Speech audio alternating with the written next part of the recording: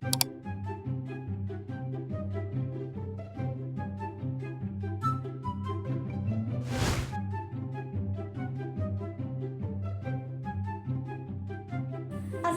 warahmatullahi wabarakatuh. Waalaikumsalam warahmatullahi wabarakatuh. Kembali lagi di channel YouTube Himatika Unu Blitar. Untuk talkshow kali ini saya tidak sendiri, saya ditemani oleh Mas Ganteng di sini ya di samping saya. Oke, langsung saja saya perkenalkan. Halo Mas Andi, apa kabar? Oke, alhamdulillahirrahmanirrahim, kabarnya baik-baik saja. Ya, Mas Andi Lukito ini adalah salah satu mahasiswa semester 7 ya Mas di Ya, Prodi Matematika Universitas Nahdlatul Ulama Blitar. Beliau juga mengikuti program PHB 2D pada tahun 2020. Ya. Oke, pastinya teman-teman di rumah ini penasaran bagaimana sih program PHB 2D itu, kegiatannya seperti apa? Langsung saja kita tanya ke Mas Andi. Sebenarnya kegiatan PHB 2D itu seperti apa sih Mas? Oke, mungkin kalau gambaran kegiatan PHB 2D seakan kayak sulit dan susah ya kegiatannya. Sebenarnya kita itu programnya hanya pengabdian kepada masyarakat sesuai dengan Tridharma Perguruan Tinggi kita. Mungkin kalau kegiatan PHB 2D-nya itu sesuai dengan program kita itu di bidang pertanian secara modern, yaitu hidroponik. Nah, kita hanya mengolah sumber daya yang ada di desa tersebut. Kita gunakan untuk hidroponik. Dan juga ada kegiatan kami yang satunya kita pengolahan sampah organik. Nah, sampah organik sendiri itu kita olah menjadikan pupuk sehingga bisa digunakan untuk media tanam di hidroponik itu sendiri. Wow, sangat bermanfaat banget ya Mas ya. Lanjut, kegiatan PHB 2D ini merupakan program dari mana Mas? Nah, untuk kegiatan program PHB 2D ini kan dari Kemenristek Dikti. Selain di PHB sendiri, PHB 2D sendiri, Kemenristek Dikti itu juga ada program-program lain. Seperti yang dulu awalnya sebelum PHB 2D itu juga ada PHBD, program pengembangan hibah desa itu.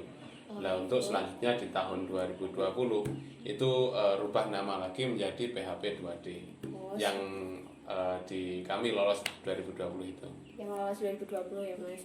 Nah, menurut Mas Andi sendiri nih, bagaimana gambaran umum dari kegiatan PHB 2D itu? Oke, untuk gambaran umum kegiatan PHB 2D itu yang pertama kita dari mencari tim, terus kita juga penyusunan proposal. Lanjutnya setelah kita ajukan ke Kementerian Ristek Dikti itu kita lolos pendanaan, lalu kita langsung pengabdian ke masyarakat sendiri.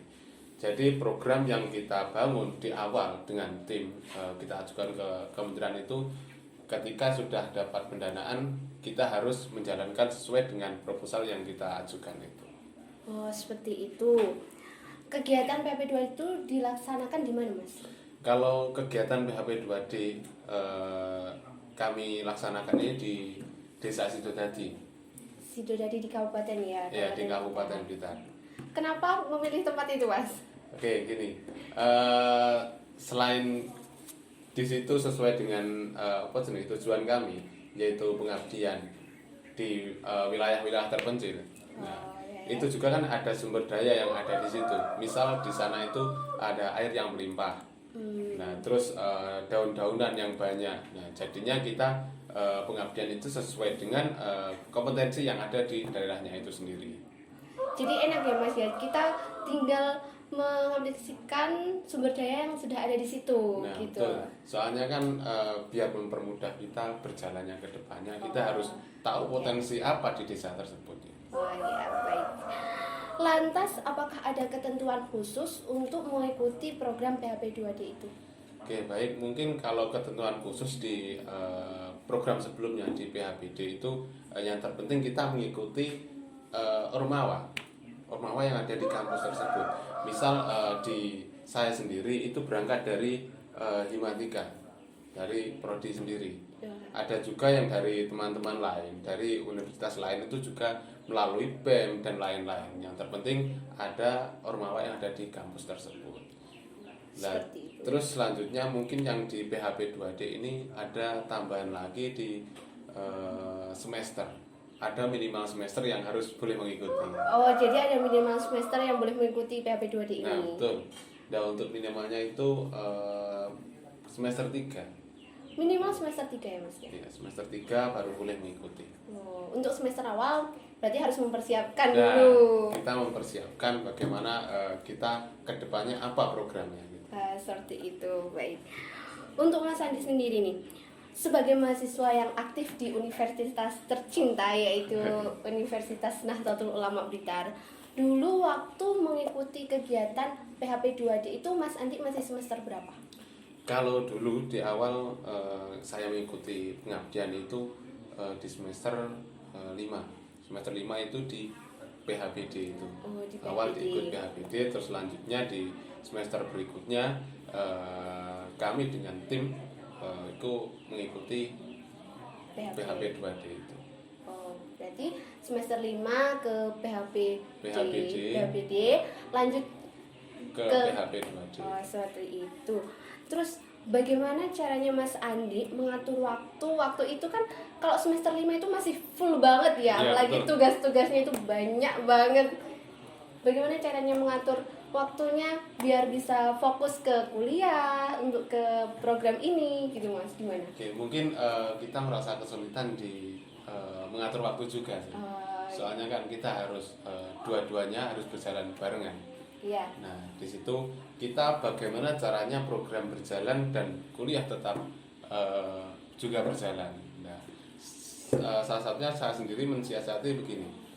Saya memfokuskan untuk program saya. Nah, selanjutnya untuk kuliah itu kan tanggung jawab masing-masing. Iya, Sehingga masing-masing. nantinya meskipun kita fokus di programnya itu, kita juga minta tugas tambahan buat kuliahnya sendiri. Sehingga semua itu tetap berjalan sesuai dengan tujuan kita. Tetap seimbang ya Mas Nah, antara betul. kuliah dan program yang dijalankan. Lalu bagaimana cara Mas Andi dan tim itu menjalankan itu semua? Ada kendala nggak sih saat menjalankan program PHP 2D itu? Oke, mungkin kalau kendala banyak sih. Cuma yang selalu mendominasi itu di bidangnya. Misal di bidang pertanian. Kita kan tim itu jurusannya matematika Matematika semua. ya, nggak menyangkut pertanian sama Nggak sekali. menyangkut pertanyaan sama sekali, sehingga di awal itu kita kesulitan. Tapi dari kesulitan itu kita sambil belajar sehingga program kita itu bisa berjalan dengan sukses gitu. Jadi kita mulai belajar mulai dari nol Mas berarti untuk Ya. ke bidang pertanian ya. Ya betul. Dan alhamdulillahnya sukses. Alhamdulillah dengan belajar dengan tim juga kita lebih mengenal lingkungan. Jadi kita lebih dekat dengan mitranya sendiri. Soalnya kita belajarnya bareng gitu. Oh ya seperti itu. Itu berarti cara menyelesaikan kendala tersebut berarti Mas belajar bareng-bareng sama teman-teman mulai dari nol, mulai kita cari tentang pertanyaan-pertanyaan seperti apa, seperti itu ya Mas ya. Ya betul. Jadi kita itu dengan tim dibagi-bagi. Coba kamu cari orang yang ahli dalam bidangnya. Misal di hidroponik itu. Nah, kita belajar di hidroponik, lalu kita sharing-sharingkan dengan teman. Jadi kan dari tim itu banyak yang belajar dari yang lain, bersumber-sumbernya. Nah, kita jadikan satu sehingga kita untuk program itu bisa sukses seperti itu. Dari tim PHP 2D itu beranggotakan berapa Mas? Kalau PHP 2D itu beranggotakan 16 orang. 16 orang, banyak banget ya. Berarti Alhamdulillah, biar lebih maksimal. iya, kan? lebih maksimal lagi hasilnya. Itu 16 orang itu anggotanya dari semester 5 aja atau mungkin ada bareng semester 3? Ada semester 3. Ada semester Ada 3. semester 3. Berarti saling kolaborasi ya Mas Iya, ya. betul. Soalnya Biar kan- tambah raket lagi. Iya, soalnya kan kita berangkat di Hima kan. Oh iya, Hima berangkat dari Prodi Hima itu, lah di Hima Prodi kan ada anggota di adik kelas juga, kita berangkat bareng di situ. Dan juga untuk mengajari adik-adiknya biar terus tetap semangat Semangat. berkarya. Oh iya. Kalau PHP 2D itu menghasilkan apa saja Mas? Mungkin menanam apa atau mungkin bagaimana? Oke, kalau untuk produknya PHP 2D itu kita ada sayur dan juga pupuk. Pupuk itu yang sebagai hasil dari sampah organik tadi. Sampah organik tadi. Nah, itu yang satu. Untuk yang sayurannya sendiri kita menanam sawi, selada dan juga kangkung dan mungkin kedepannya itu rencana ada tambahan buah, cuma belum terrealisasikan secara sepenuhnya gitu. Tapi masih ada rencana ya Mas Oke, untuk menambah alhamdulillah. buah-buahan. Semoga segera terlaksana. Amin. Oke, untuk sayur-sayuran berarti sudah banyak ya Mas yang ditanam. Alhamdulillah sudah banyak, cuma kita hanya di lingkup yang sederhana. Soalnya kita menyesuaikan dengan kebutuhan masyarakat gitu. Kalau kita nanamnya mungkin yang kayak yang istimewa kelasnya Iya, tinggi, itu istimewa kan sih. kita nggak menyesuaikan dengan lingkungan, kita bingung untuk menjualannya. Iya, untuk memproduksinya itu bingung ya Mas. Iya. Mesti kita mau lempar ke konsumen siapa kalau tidak menyesuaikan dengan keadaan sekitar. Iya betul. Soalnya kan kita produksi juga menyesuaikan konsumen yang ada. Gitu. Oh, iya. Dari sini tadi Mas bawa produk apa saja? Oke, kalau tadi saya kesini itu bawa produk kangkung dan sawi. Kagum dan sawi. Mungkin ada tadi masih bawa teman mungkin. Oh ya. Di program PHP 2D itu kan banyak banget yang Mas tanam seperti tadi sawi, kangkung dan lainnya. Untuk kali ini Mas bawa produk apa saja? Oke, untuk kali ini saya tadi mampir ke kebun juga, saya melihat ada tanaman yang siap panen juga, yaitu sawi dan kangkung. Sawi dan kangkung. Boleh diperlihatkan produknya seperti apa? Baik, saya ambil dulu. Iya. Oke, baik. Ini ada produknya, yang satu itu kangkung dan yang ini adalah sawi. Nah, untuk sistemnya panen sendiri kan ada banyak cara. Yang ini, yang sawi ini itu sistemnya kita pakai cabut, dan untuk yang kangkung ini juga ada banyak sistem untuk panenan. Yang ini saya bawa itu untuk sistem panenan kita potong. Dipotong ini ya. Jadi biasanya kalau penjualan itu kita main dicabut, lalu kita kemas caranya. Oh, ini segar banget ya Mas ya. Tadi kan petiknya langsung dari kebun ya, jadi Iya, itu masih langsung kebun. segar banget, masih Masih fresh. baru pagi tadi. Oh, masih Mampir baru ke pagi kebun. tadi ya. Ini biasanya Masnya itu produksi kan di sekitar. Nah, itu bagaimana sih cara pemesanannya, atau langsung via WA atau mungkin ada Instagram atau Oke. sosmed Kalau lainnya? untuk pemasaran itu kita lewat ibu BPKK itu yang mengelola, dan juga media massa. Media massa kita melalui WhatsApp, Facebook dan juga IG. Jadi kita buat produk, kita kemas secara menarik, terus kita upload di media sosial itu. Oh, seperti itu. Wah, ini dan asli seger banget Mas. Ya, alhamdulillah. Cuma kemarin itu ada testimoni dari konsumen juga. Oh, ada Itu testimoni. juga merasakan ada yang istimewa dibandingkan yang konvensional. Gitu.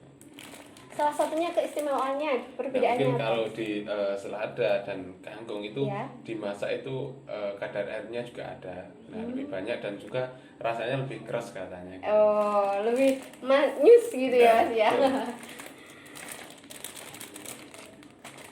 Nah, ini pertanyaan terakhir buat Mas Andi nih.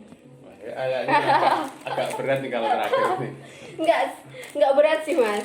Mungkin ada pesan dan motivasi dari Mas Andi yang ingin disampaikan untuk teman-teman Himatika maupun teman-teman yang lagi nonton. Oke. Mungkin pesan dari saya sendiri itu mungkin banyak orang melakukan suatu mencari tujuan. Ya, harus punya tujuan. Nyatanya dengan kami berjalan tanpa ada tujuan itu kita lebih asik, karena kita mempunyai banyak sejarah juga kan. Kita Iya. lebih tahu tentang apa yang ada di depan kita gitu. Dan juga satu lagi itu pesan dari dosen kami ya. Ada dosen. Dari dosen itu gini, cari kegiatan sampingan sampai kegiatan sampingan itu menjadi kegiatan yang utama. Jadi kita harus tidak boleh menyepelekan hal-hal yang kecil-kecil itu. Iya. Berarti cari kegiatan sampingan, siapa tahu suatu saat kegiatan sampingan akan menjadi kegiatan utama ya Mas ya. Betul. Oke, baik. Terima kasih saya ucapkan untuk Mas Andi yang telah meluangkan waktunya untuk berbagi pengalamannya kepada kita semua. Semoga pengalaman yang sudah di-share Mas Andi ini dapat membawa semangat baru bagi kita semua, khususnya para Amin. penonton yang nonton YouTube channel Himatika Unubritan. Dan tidak lupa saya ucapkan terima kasih kepada penonton YouTube channel Himatika Unu Blitar yang telah menyaksikan talkshow kali ini. Jangan lupa buat like, komen, dan subscribe, dan jangan lupa untuk klik loncengnya. Dan dukung Himatika Unu Blitar sebagai generasi penerus dan inspirasi mahasiswa milenial. Sampai jumpa di talkshow berikutnya bersama mahasiswa matematika yang berprestasi. Assalamualaikum warahmatullahi wabarakatuh. Waalaikumsalam.